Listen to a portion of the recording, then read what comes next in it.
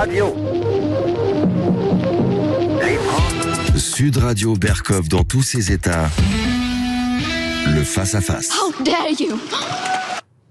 Et dans le face-à-face aujourd'hui, André Berkov reçoit Benoît Rittaud, enseignant, chercheur en mathématiques et auteur de ce nouveau livre qui sort le 15 novembre prochain, Mythes et légendes écologistes. C'est aux éditions de L'Artilleur. Bonjour Benoît Rittaud. Bonjour. Alors, je vous rassure, le cri que vous avez entendu n'était pas quelqu'un qui était dans Sud Radio en train de subir des assauts, pas du tout. C'était Greta Thunberg, le How dare you, qui a fait vraiment un malheur. Vous savez, How dare you, etc.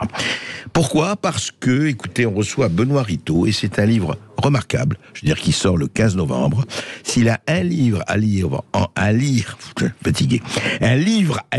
sur les mythes et légendes écologistes, c'est le titre de l'ouvrage de Benoît Rittaud, lisez-le. Lisez-le vraiment parce que il aborde ce problème, il est mathématicien et essayiste, et il aborde au fond ce que nous avons vécu comme une espèce de fuite du réel. C'est-à-dire le réel, on ne veut pas l'avoir, on veut avoir la perception du réel, notre perception du réel. On dit un certain nombre de gens de par le monde, c'est-à-dire c'est quoi au départ ? La formulation de départ, eh bien c'est la fin du monde. La fin du monde, c'est-à-dire en l'an 1000 aussi, on pensait que c'était la fin du monde, et bien ça continue, mais aujourd'hui ça a pris d'autres couleurs, Benoît Rittaud. Oui, tout à fait. On a réinventé la fin du monde, en quelque sorte. Et c'était effectivement cet angle-là qui m'a intéressé au milieu d'autres choses. Disons que les questions écologistes, en général, il y a déjà beaucoup de gens qui se sont intéressés à l'aspect scientifique, au caractère déraisonnable, irrationnel. Oui. Vous avez parlé, je crois, aujourd'hui, dans votre émission, des éoliennes, donc, qui ne réduisent pas les émissions de gaz à effet de serre, alors même qu'elles sont pensées comme une transition énergétique. Donc, on a tout un discours qui peut être démonté scientifiquement, mais on le fait depuis très longtemps, il faut le faire bien entendu, mais ça ne suffit pas. Ça ne parvient pas. Change pas voilà, ça ne change pas les discours des personnes en vue, des éditorialistes, des décideurs, de ceux qui font profession de penser et nous expliquer ce que nous voulons penser. Et donc, on doit aussi, face à ce discours, s'intéresser à un autre terrain qui est celui mythologique, au sens vraiment premier du terme. C'est pas juste une façon d'être méchant et de dire qu'il se trompe, c'est vraiment de la mythologie, une nouvelle mythologie qui s'installe, c'est-à-dire quelque chose qui relève de la croyance. Et pas du tout de la connaissance, de la compréhension des phénomènes et de la science. Donc la science, face à la croyance, elle ne peut pas grand-chose, on le sait bien. On peut donner des arguments rationnels, mais face à quelqu'un qui est dans le mythe, hein, c'est la fameuse, la classique opposition entre le logos et le mythos, qui a été faite par les Grecs, donc le savoir et le mythe. Si vous essayez d'attaquer le mythe en parlant science, vous n'irez nulle part. Donc il fallait aussi investir ce terrain-là. Ça, parce que justement, et ça contribue à faire avancer les choses, à les clarifier. Mais alors ce mythe, comment il est né ? Ce mythe ce mythe écologiste de la fin du monde, du climat, du bien et du mal, de la catastrophe si on ne fait pas telle ou telle chose, et ça date il y a 50 ans et un peu plus de 50 ans, effectivement. Racontez comment c'est né ça, comment ça se passe ? Alors ça a été à la convergence de beaucoup de choses, et je pense que cette peur-là qui continue à nous habiter, c'est un héritage de la guerre froide. D'accord. La guerre froide a été une occasion nouvelle d'avoir peur de la fin du monde, et qui là pour le coup était une vraie la guerre froide, la guerre atomique, la peur de la guerre nucléaire. Là pour le coup c'était une peur tout à fait rationnelle, et c'est pas parce qu'elle n'est pas arrivée qu'elle n'était pas inquiétante. On a un peu oublié aujourd'hui ce que c'était, mais ceux qui l'ont vécu, moi je l'ai vécu, j'étais encore un peu jeune, mais on était complètement, chaque jour on était inquiet. Oui, parce que le nucléaire c'était la fin du monde. Et envisageable, hélas. Voilà. Oui. Et donc, il y a à ce moment-là, pendant la guerre froide, il y a un double discours inquiétant qui est porté, qui est sur la fin du monde causée par la guerre atomique et la fin du monde pour des raisons environnementales, déjà. Ça commence dans les années 60, notamment un des grands précurseurs de ça, c'est un livre de Rachel Carson, qui s'appelle Silent Spring. Le printemps silencieux. Le printemps silencieux, voilà. Donc, qui annonce que la pollution, elle visait principalement le DDT, mais pas seulement, donc la pollution des sols par des composés chimiques allait faire qu'il n'y aurait plus d'oiseaux et que au printemps on n'entendrait plus chanter les oiseaux. C'était ça le printemps silencieux. Donc c'était déjà très très poétique. C'est les années 60. C'est le début des années 60 et c'est la première fois qu'on commence à parler d'environnement, enfin qu'on commence à avoir vraiment peur. C'est un gros succès à une échelle globale. D'accord. Et puis va s'installer Au-delà de ça, un récit fondateur qui ne va plus bouger et selon lequel l'homme, par sa propre puissance, est en train de détruire la planète. Oui, c'est là où on dit, voilà, c'est l'homme qui détruit la planète. Voilà, ça c'est nouveau. On n'a pas inventé la fin du monde à ce moment-là, mais on l'a réinventé en quelque sorte. Jusque-là, la fin du monde, c'était plutôt des peurs religieuses. C'était Dieu qui allait nous punir. Ça peut être au 19e siècle aussi des peurs qui commencent à devenir scientifiques. On a peur de la comète, par exemple, au 19e siècle. C'est le grand jeu, hein, les comètes qui vont polluer l'air. Il y a cette histoire-là.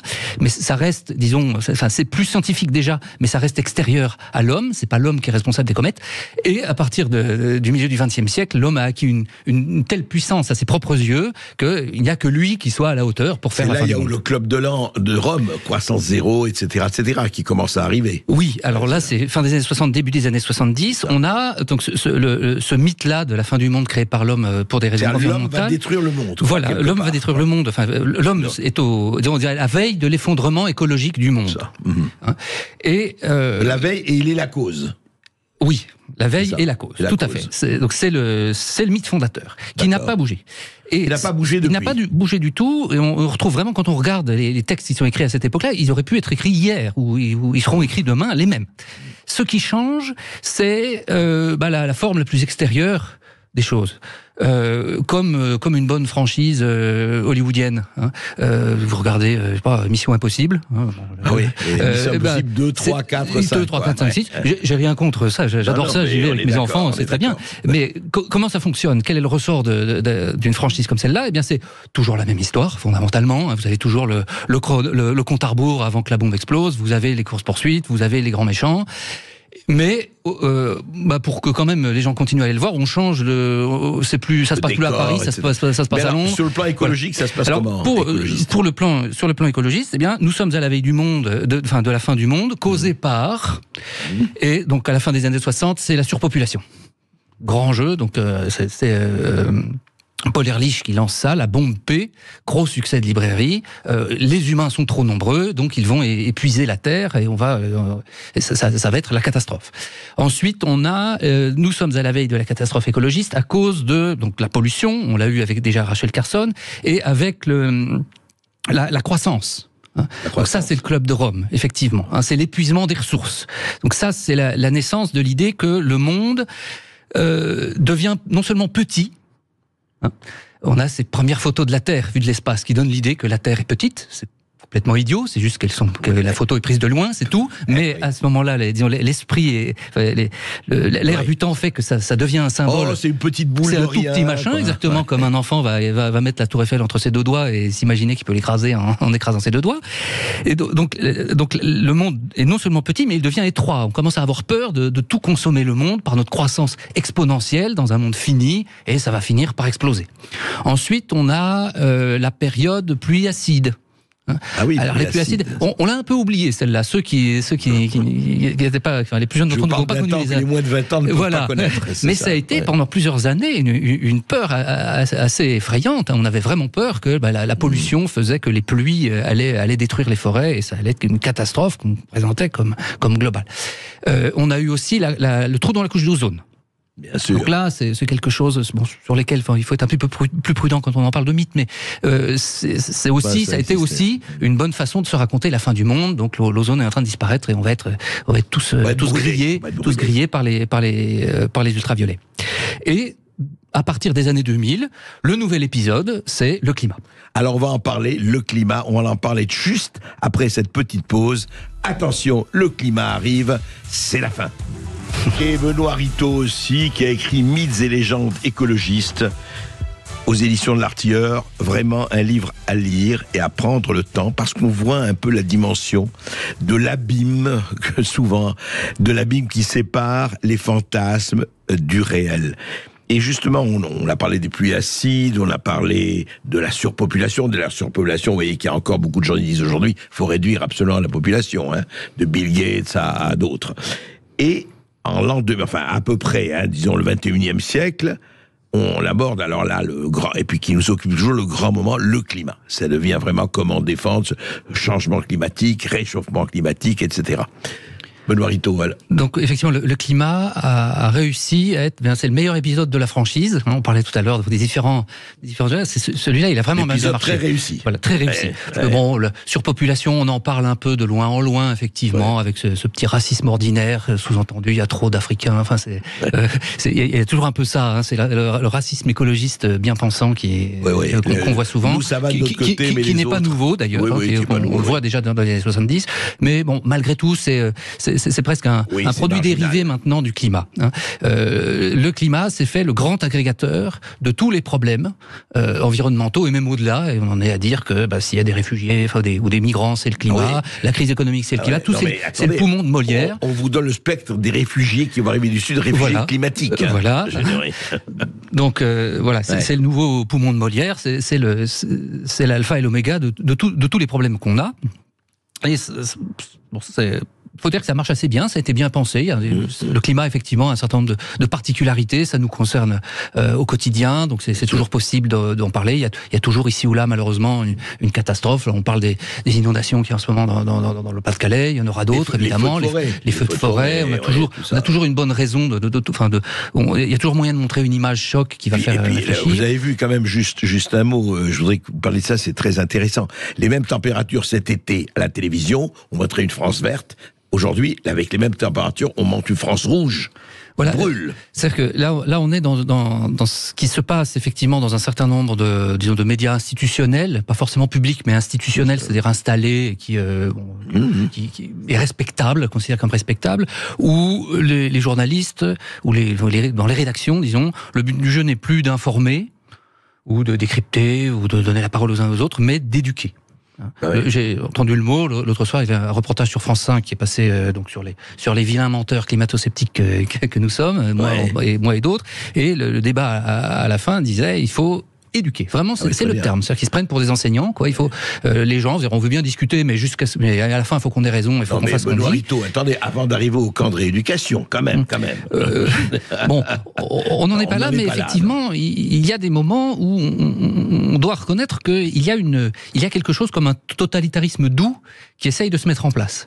Ça se voit notamment avec tous les petits efforts qu'on nous demande pour sauver la planète, tout le temps. C'est tout le temps des petits gestes. Et si on écoute tous ces petits gestes, eh bien, à chaque minute, vous devez vous demander ce que vous faites quand vous vous habillez, quand vous mangez, quand vous vous déplacez, quand vous partez en vacances, quand vous allumez la lumière, vous l'éteignez, quand vous tournez le robinet. À chaque minute, vous êtes censé vous poser la question. Donc ça c'est vraiment totalitaire parce que ça implique un changement de son être profond, pas juste je fais ce qu'on me dit puis le reste ça va. Mais Benoît Ritaud, juste un mot. Je discutais hier, j'étais chez des amis et leur fils qui a 20 ans.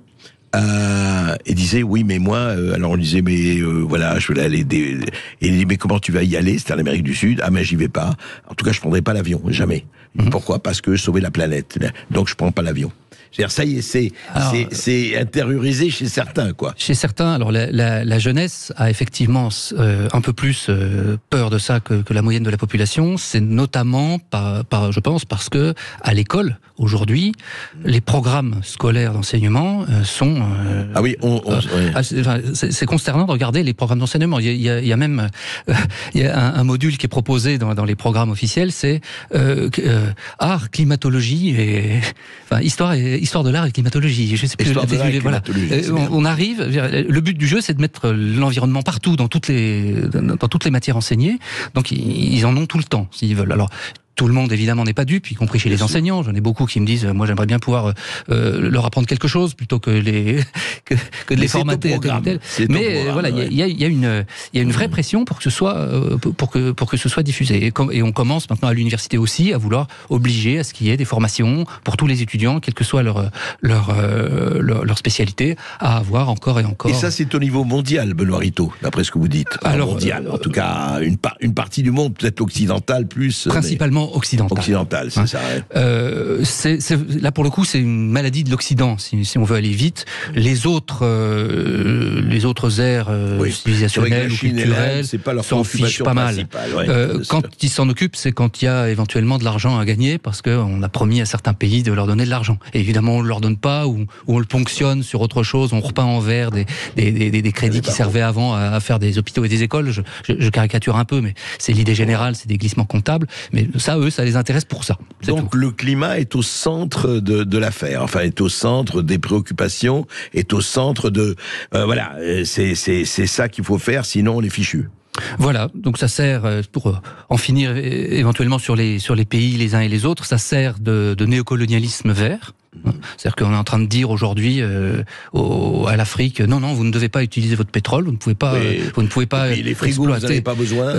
Donc on les empêche d'utiliser leurs ressources, alors que nous, c'est comme ça qu'on s'est développé. On refuse de leur financer des choses dont ils auraient besoin, par exemple des centrales au charbon, des centrales à gaz, qui seraient très faciles à faire, bon marché, oui. Et donc on leur interdit l'accès à l'électricité.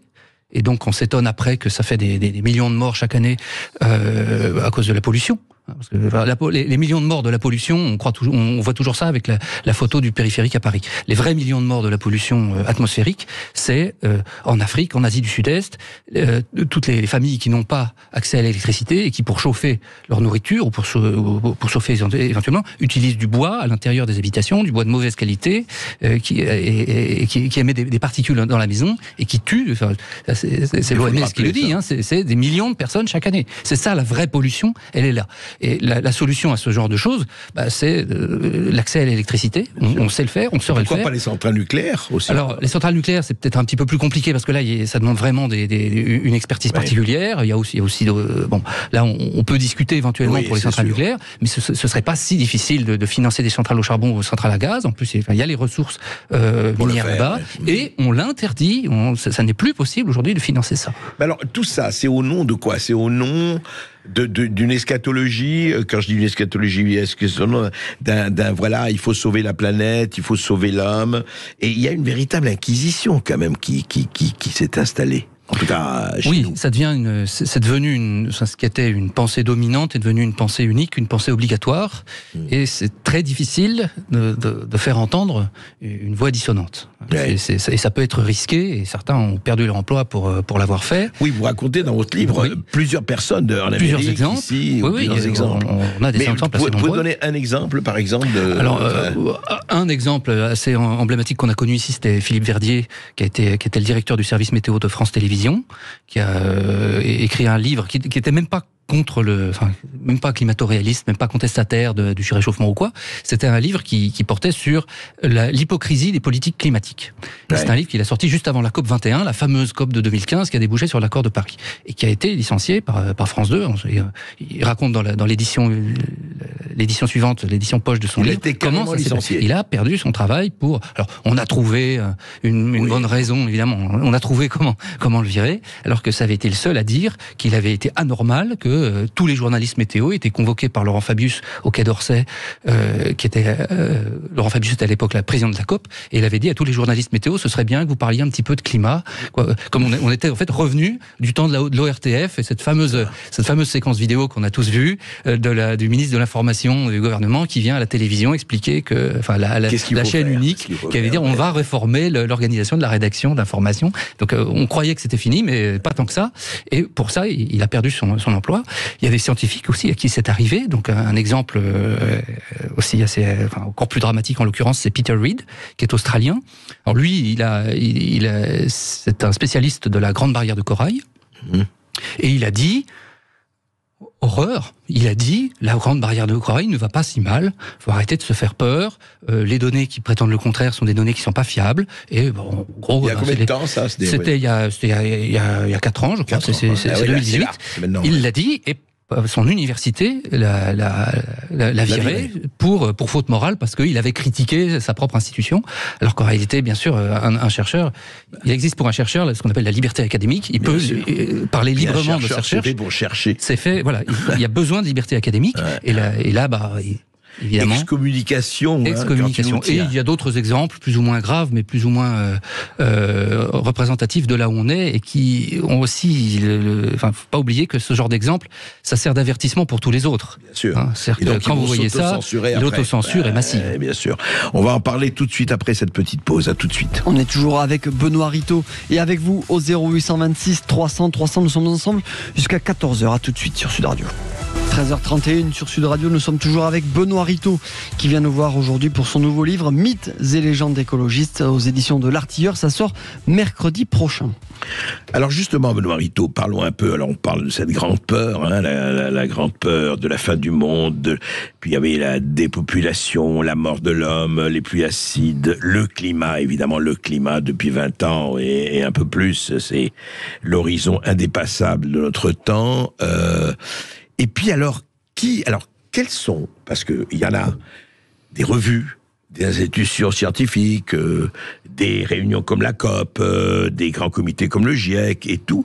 C'est-à-dire que nous avons vraiment, mais à travers le monde, une pléiade, des milliers d'associations, d'institutions, de lobbyistes, très bien, qui nous disent attention, attention, à part de vous dire faites quelque chose pour la planète du matin au soir, du soir au matin, très bien, mais qui sont là et qui quand même disposent de moyens non négligeables. Oui, il y a des gros moyens maintenant. Donc c'est un peu une mythologie auto-entretenue, parce que comme il est de bon ton de s'afficher sauveur de planète, eh bien vous allez avoir tout un tas de philanthropes, d'entreprises qui vont vouloir s'afficher. D'ailleurs, il n'y a plus une entreprise qui ne dit pas nous respectons le développement durable, etc., etc. Il faut le mettre, c'est dans la charte de l'entreprise. Oui, voilà, on parle plus du profit, on parle du développement durable. Voilà, ça devient le passage obligé. C'est donc une forme de nouvelle religion, si on veut. Et si on n'est pas dans la nouvelle religion, on est de côté avec tout ce que ça peut impliquer de difficile. Donc il y a toute une nébuleuse effectivement d'intérêts plus ou moins convergents, de bonne volonté. Il y a beaucoup de gens parmi tous les écologistes qui veulent sauver le climat, tous ceux qui ont manifesté avec Greta Thunberg, la plupart sont sincèrement inquiets, ont envie que l'environnement et la planète se portent bien, et on le veut tous, on est d'accord là-dessus. Ils sont de bonne foi, et je pense qu'il y a une grande majorité de gens qui sont de bonne foi. Ce qui empêche, je pense, une certaine prise de conscience, enfin jusque-là, maintenant la prise de conscience commence à se manifester, il y a les derniers sondages le montrent assez bien, aussi bien en France qu'aux États-Unis, c'est le fait que c'est la science. On a invoqué la science. Et la science, c'est quelque chose qui n'est pas très bien compris, y compris par certains scientifiques. D'ailleurs, on peut être bon scientifique et pas forcément avoir réfléchi à ce que c'est que la science en tant que telle, et comment ça marche, comment ça se structure. La science en tant que telle, si on peut la définir. Il faudrait des livres entiers pour la définir, et en tout cas, on peut voir, au travers de beaucoup de discours, ce que la science n'est pas. Ouais. Plutôt, et comment elle est invoquée d'une façon qui ne devrait pas. Par exemple, au nom de la science. Ce qui est très frappant à chaque fois qu'on invoque la science, c'est qu'on donne assez peu d'éléments tangibles qui soient très clairs sur ce qui se passe. Donc c'est toujours un peu les mêmes. Oui, il fait un peu plus chaud, il y a plus de CO2. C'est vrai. On parle des évolutions climatiques qu'il y a toujours eu. Qu'en France, on est maillot jaune. On émet le moins de CO2 de toute l'Europe. Oui, bien sûr. Mais on va pas très loin, parce que la science, en fait, c'est des chiffres, c'est des courbes. On va pas comprendre. Alors on laisse les experts penser à notre place. On laisse les scientifiques penser à notre place. Et donc, comme il s'agissait comme on a une mythologie qui a essayé de s'imposer, une sorte de religion qui a essayé de prendre du pouvoir, pas forcément seulement un pouvoir économique, mais aussi un pouvoir moral. Ouais. Il y a aussi ça, l'idée de ce qui est bien et ce qui est mal. Bien sûr. Eh bien, on croit pouvoir utiliser la science pour dire ce qui est bien et ce qui est mal.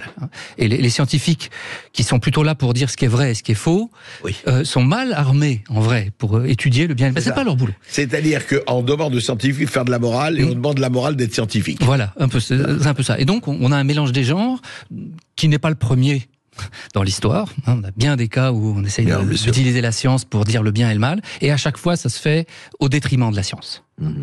Et notamment, on a beaucoup aujourd'hui, l'argument qui est donné, c'est le consensus. C'est l'argument phare, qui est faux pour deux raisons. D'abord parce que il est faux du point de vue intellectuel, parce que un consensus en science, ça veut pas dire grand-chose. C'est-à-dire la majorité est d'accord c'est vrai. La science, ça se fait pas à l'applaudimètre. On n'a pas dit à Einstein qu'il avait raison simplement en votant. On lui a dit qu'il avait raison parce qu'on a fait des expériences, parce qu'il a démontré ce qu'il a fait. C'est comme ça que ça se passe. Et bien souvent, on a des exemples de consensus qui se renversent. Et au-delà de ça, en l'occurrence, on n'a pas affaire à un consensus. On a affaire à quelque chose qui s'apparente à un cartel de recherche, selon la dénomination qui a été proposée par un chercheur américain, Henry Bauer, qui a publié un article en ce sens en 2003 ou 2004, je crois. Donc il a proposé la notion de cartel de recherche. Il parle un petit peu du climat dans son article, mais c'est pas le sujet central. Son sujet central, c'est plutôt les laboratoires pharmaceutiques. Il dit les laboratoires pharmaceutiques, c'est le bon exemple, c'est ça qui l'intéresse vraiment, de cartel de recherche. C'est-à-dire quelque chose qui se produit quand vous avez un savoir qui est extrêmement spécialisé.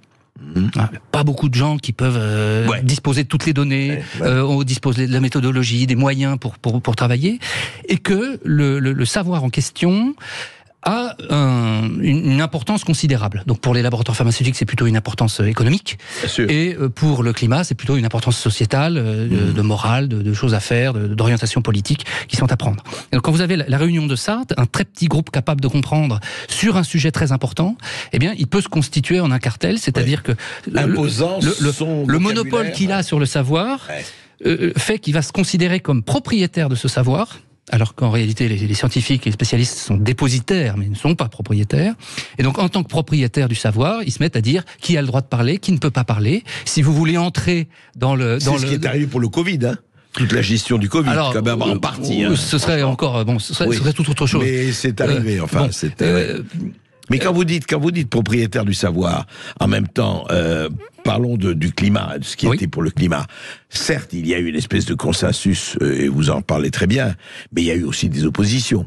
Mais oui, en fait, il n'y a pas de consensus. Il y a un cartel de recherche qui est en position de décider qui peut parler ou pas. Si vous voulez aujourd'hui, si vous voulez faire une thèse en climatologie, je ne vous conseille pas d'émettre des doutes, de poser des questions. Vous n'aurez pas de poste, vous n'aurez pas de crédit, vous ne pourrez pas continuer. Vous voulez l'université ailleurs. Donc, donc là, il y aura besoin d'un vrai changement à cet égard. C'est ce que dit Peter Reed, dont je parlais tout à l'heure, au sujet de la grande barrière de corail. C'est clairement, on a un vrai problème avec ça. C'est que maintenant, le cartel, il tient bien et il lâchera pas le morceau facilement. Ce sont des lobbies, quelque part. Alors, lobby, oui, on peut utiliser ce mot. Il y a de l'économie derrière. Regardez les éoliennes et compagnie, c'est des milliards et des milliards. Alors ça fait partie d'un autre volet, effectivement, c'est un complément. Le cartel de recherche, c'est plutôt dans le monde scientifique. J'ai compris. Qui n'est pas plus intéressé à ça, à l'économie. Les scientifiques, en général, ils ne sont pas plus vénaux que ça. Mais ce que je veux dire, c'est que... Mais au-delà, effectivement, il y a ce que Rémi Prudhomme a appelé un complexe climato-industriel.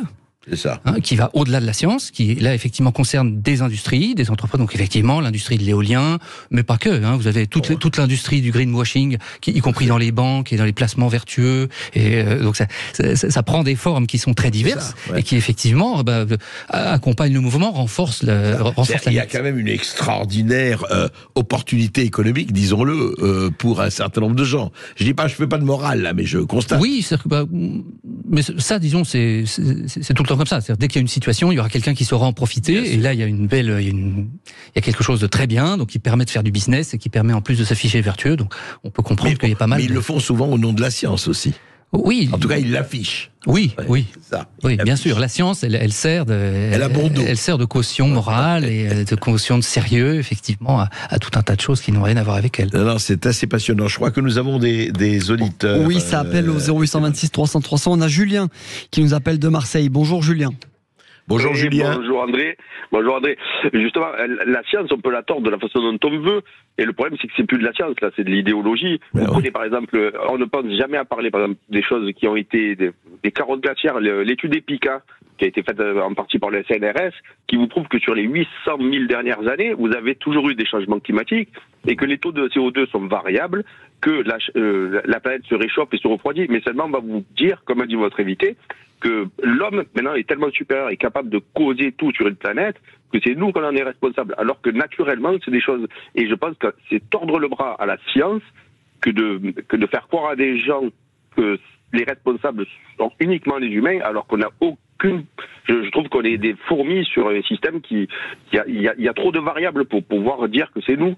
Et fondamentalement, que ce soit les rythmes, comment on appelle ça, les cycles solaires, il y a trop de choses qui rentrent en compte, même pour que le GIEC puisse calculer quelle va être la montée de la température. Il y a trop de variables. C'est incalculable. Benoît Ritaud. Effectivement, c'est un des problèmes, si on veut reformuler cette idée-là, effectivement, c'est le problème qu'on a avec la façon du GIEC de traiter la façon qu'on a aujourd'hui globalement de regarder le climat, c'est une façon monocausale. C'est-à-dire comme si, effectivement, il y avait qu'une seule variable à regarder, c'était ce que nous émettons en CO2, et que le reste était considéré comme variabilité naturelle, pas très importante, pas très significative à moyen terme. Et en général, quand on est réduit à ça...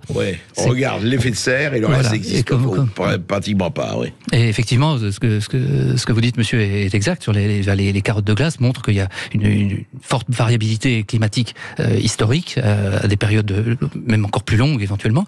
Et en l'occurrence, les carottes de glace ont même montré que les températures précédaient le CO2. C'est-à-dire que aller à ces échelles-là, d'abord la température évolue et ensuite le CO2 l'accompagne.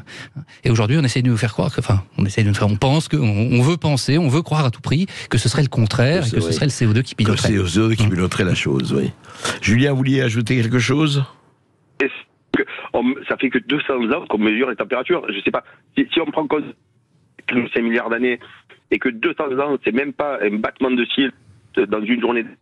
200 ans, ce n'est rien. On ne peut pas juger d'un climat sur 200 ans. Quand on sait que le vin gelé dans le verre de Louis XIV, il y a que par exemple les Mayas sont morts la civilisation Maya a disparu. On vous entend mal, Julien, on vous entend mal, c'est haché. Hein. Mais oui, voilà, il y a beaucoup de choses qui ont été passées dans les siècles passés et qu'on ne prend pas en compte aujourd'hui, simplement. Merci, Julien. Merci à vous. Benoît Rittaud, au fond, vous parliez des mythes et des légendes, etc. C'est intéressant. Est-ce que, au fond, est-ce que ces mythes, est-ce que ça accompagne tous les mouvements un peu, parce que c'est un mouvement planétaire, là, franchement, ça concerne occidental, vous l'avez dit, vous avez peut-être, mais vous n'avez pas tort de dire que c'est plutôt l'Occident qui est considéré.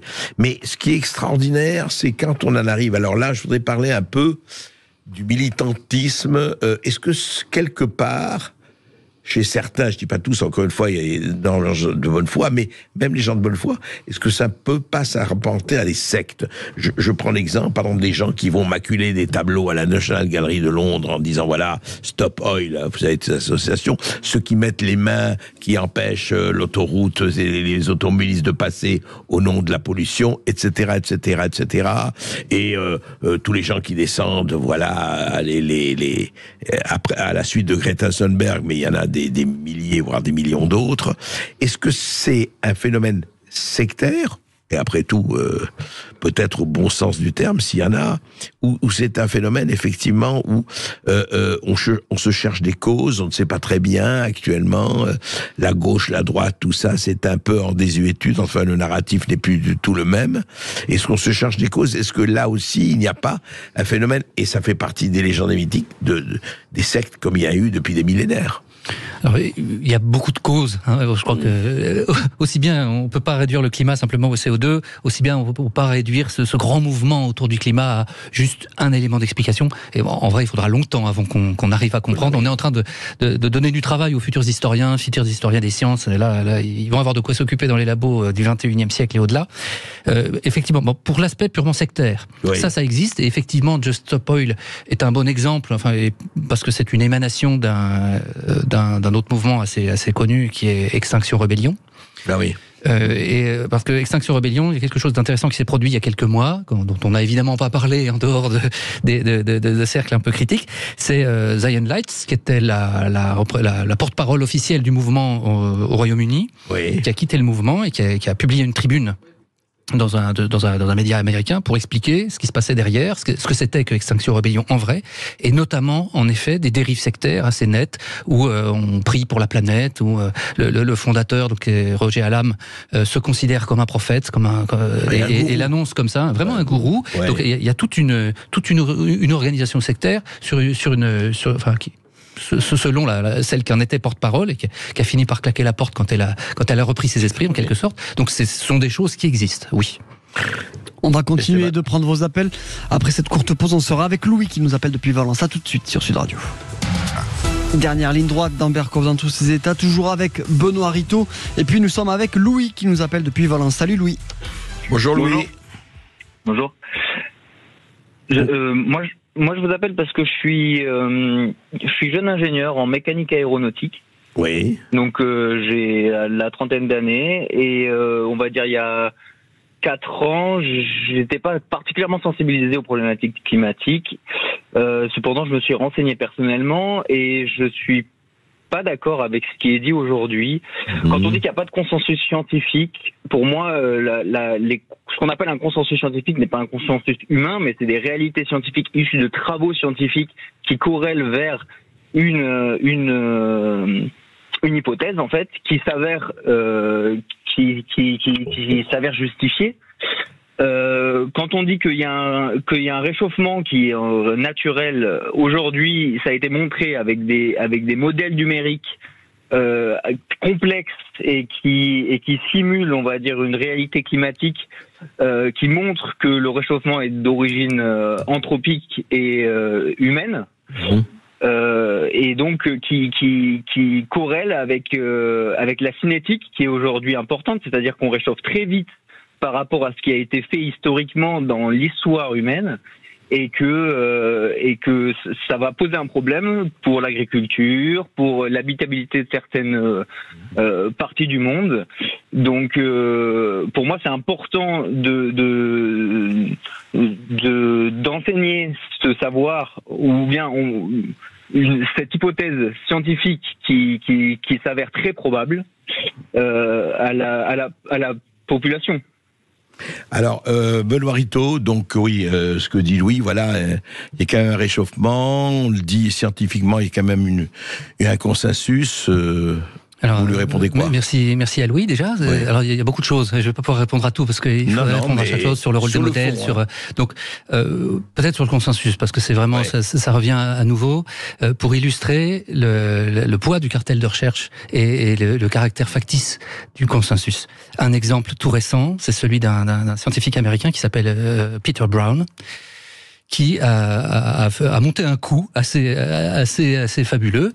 Il a fait publier dans Nature, donc la plus grande revue scientifique, un article dit corrélant les feux de forêt au changement climatique. Et il le publie. Et Nature le publie.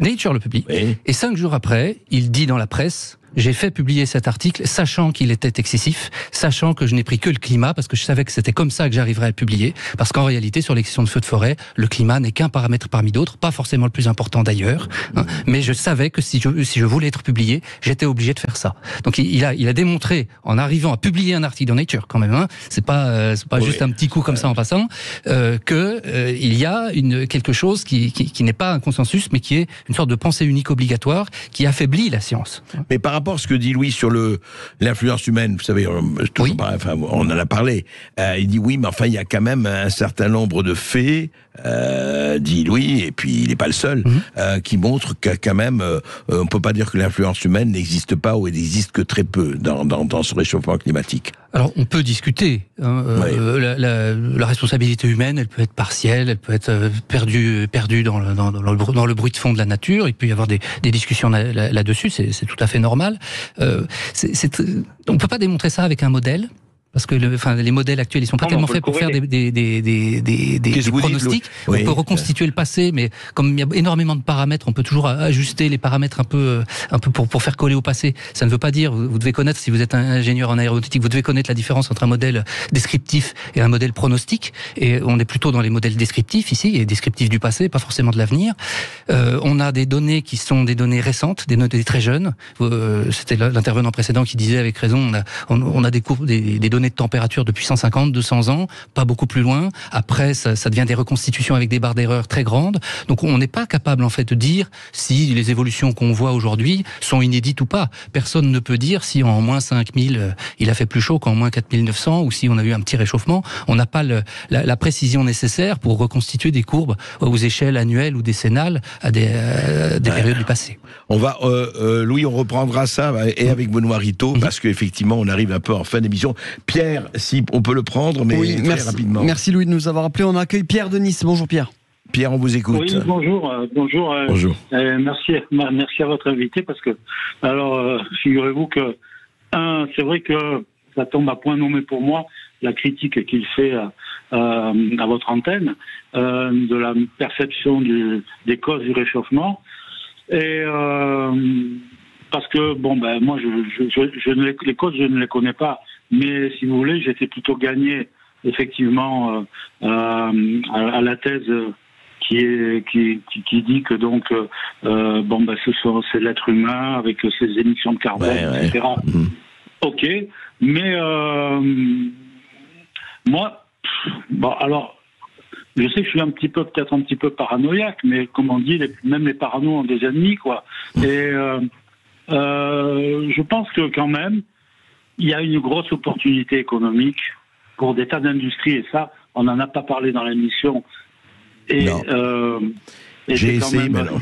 Oui, je comprends Pierre ce que vous voulez dire. On arrive en fin d'émission, mais c'est vrai, je crois qu'on a un peu abordé cela, mais juste un mot. Par rapport, et je crois qu'il y a des enjeux économiques énormes et des enjeux de rentabilité énormes, Benoît Rittaud.